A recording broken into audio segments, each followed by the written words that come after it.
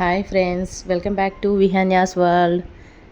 అందరికీ కార్తీక పౌర్ణమి శుభాకాంక్షలు ఫ్రెండ్స్. ఈరోజు కార్తీక స్పెషల్గా మేమైతే ఈరోజు పన్నీర్ కర్రీ చేస్తున్నాను.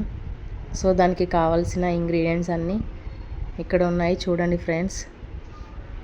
కొత్తిమీర, పుదీనా, మెంతి, ఉల్లాకు, గ్రీన్ చిల్లీ, ఆనియన్స్, టమాటా.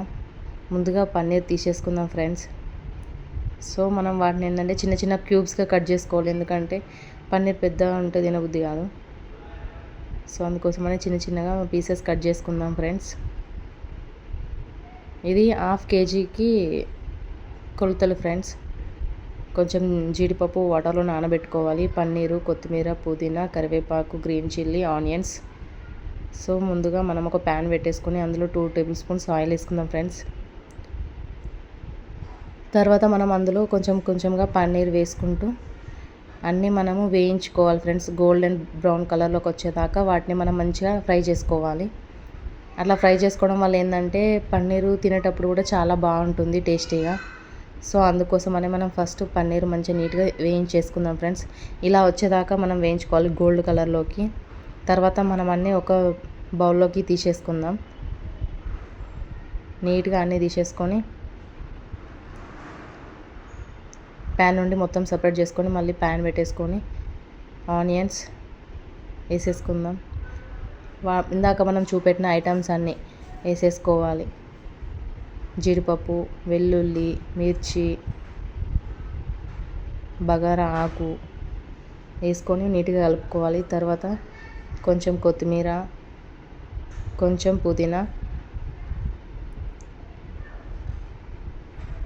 తర్వాత ఇది 1/2 kg కాబట్టి నేను 3 టమాటాలు తీసుకున్నా.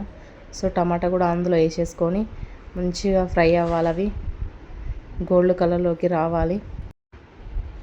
ఇవన్నీ ఫ్రై చేసుకున్న తర్వాత ఇందులో మనం కొంచెం టేస్ట్కి సరిపడా, అంటే నేను ఇప్పుడైతే 1 స్పూను సాల్ట్ వేస్తున్నాను. మంచిగా మిక్స్ చేసుకుందాం. ఒక 10 minutes వరకు మంచిగా కుక్ అవ్వాలి. కోసేపు మూత పెట్టేసుకొని ఉడికించేసుకుందాం. ఎందుకనంటే ఇవన్నీ ఉడకాలి కాబట్టి కొంచెం నూనెలో ఫ్రై అవ్వాలి. ఇది పన్నీర్ కర్రీ కాబట్టి కొంచెం ఆయిల్ ఎక్కువనే పడుతుంది. ఇన్నిసార్లు ఆయిల్ వేసినామని ఏమనుకోకండి ఫ్రెండ్స్, ఎందుకంటే ఇది కొంచెం ఆయిల్తోనే రెసిపీ.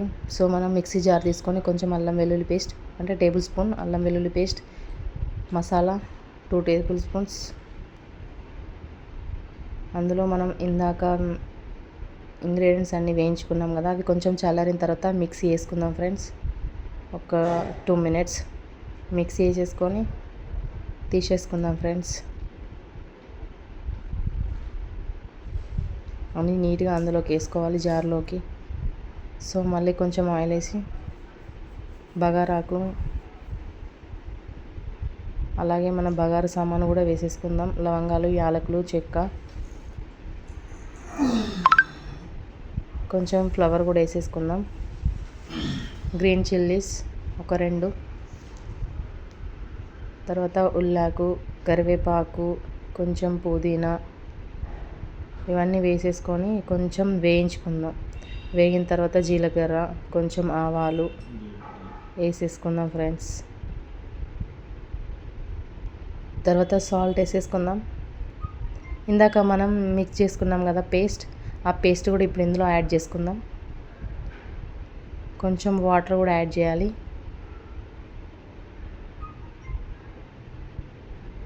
యాడ్ చేసుకున్న తర్వాత మనకు సరిపడా కారం, నేనేంటంటే స్పూన్ వేసేసాను, ఒక ఫుల్ స్పూన్. తర్వాత 2 స్పూన్స్ సాల్ట్ వేసాను. మంచిగా ఇది మిక్స్ చేసుకుందాం ఫ్రెండ్స్. ఆయిల్ పైకి తేలేంత వరకు మిక్స్ చేసుకోవాలి. మా పాప చిప్స్ తింటుంది మధ్యలో.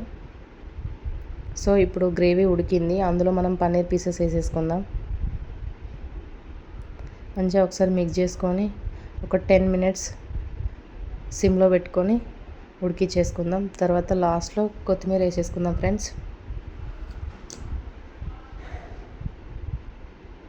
కొంచెం పుదీనా కూడా వేస్తున్నాను. వేడివేడిగా ఎంతో టేస్టీకరమైన పన్నీర్ కర్రీ రెడీ. సో ముందుగా మా బావకు వేస్తున్నాను ఫ్రెండ్స్.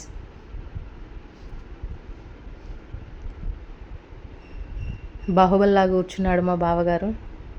సో తను ఫస్ట్ టేస్ట్ చేస్తున్నాడు, చాలా బాగుంది అని చెప్తున్నాడు. సో తర్వాత నా కూతురికి పెడుతున్నాను. తనైతే ఎప్పుడెప్పుడా అని వెయిట్ చేస్తుంది తినడం కోసం. సో తనకిచ్చేసా.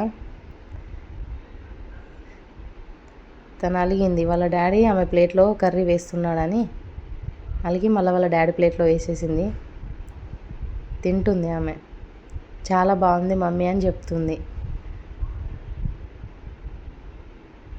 సూపర్ ఉంది అని చెప్పి మీకు కిస్ ఇచ్చింది. సబ్స్క్రైబ్ చేసుకోమని చెప్పింది మా పాప. తర్వాత విహన్య వాళ్ళ తాతయ్య బబ్బీ సో టేస్ట్ చేస్తున్నాడు. చాలా బాగుందని చెప్పి